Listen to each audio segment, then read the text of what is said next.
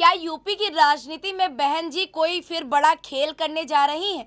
क्या 2027 के विधानसभा चुनाव से पहले मायावती ने कोई ऐसा सियासी दांव चला है जिससे अखिलेश यादव की पीडीए राजनीति और बीजेपी के ओबीसी समीकरण दोनों की टेंशन बढ़ सकती है? आखिर कई चुनाव से हाशिए पर दिख रही बहुजन समाज पार्टी अचानक पिछड़ों की बात क्यों कर रही है? क्या ये सत्ता में वापसी का रोड मैप है या फिर खोई हुई जमीन तलाशने की कोशिश?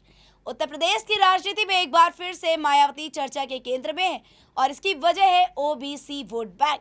वही ओबीसी वोट बैंक जिसे यूपी की सत्ता की सबसे बड़ी चाबी माना जाता है। बहुजन समाज पार्टी की मुखिया मायावती ने पार्टी नेताओं और कार्यकर्ताओं को साफ संदेश दिया है कि 2027 के चुनाव में पिछड़ा वर्ग पार्टी की प्राथमिकता होगा। लेकिन सबसे बड़ा सवाल यही है कि आखिर अभी क्यों?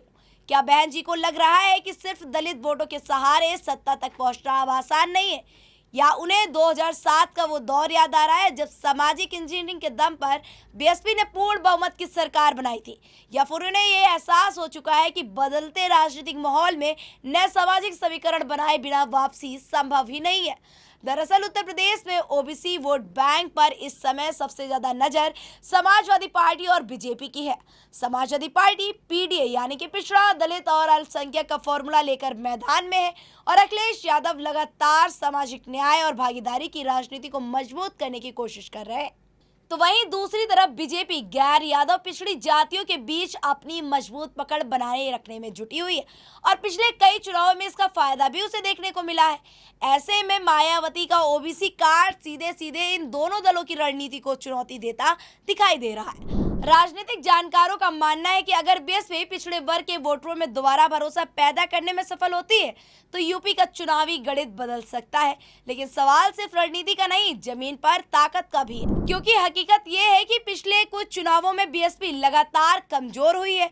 पार्टी का वोट प्रतिशत घटा है, कई बड़े चेहरे पार्टी छोड़ जा चुके हैं और संगठन अब पहले जितना मजबूत भी नहीं रहा।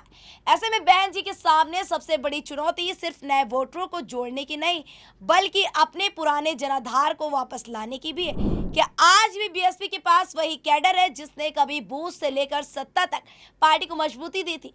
क्या आज भी मायावती का एक संदेश लाखों वोटरों को प्रभावित कर सकता है, या फिर समय के साथ राजनीति की तस्वीर पूरी तरह बदल चुकी है?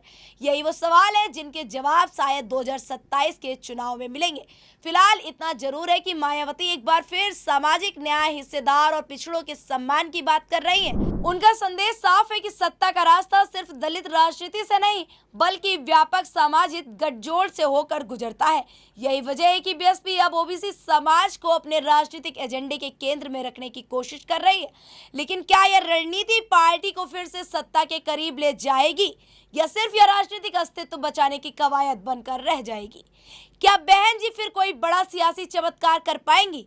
क्या ओबीसी कार्ड बीएसपी की खोई हुई ताकत वापस ला पाएगा, या फिर पीडीए और बीजेपी के मजबूत समीकरणों के बीच यह दांव फिर फीका पड़ जाएगा? फिलहाल सियासी शतरंज बिछ चुकी है, मोहरें सज चुकी हैं और 2027 की लड़ाई की पटकथा लिखी जा चुकी है।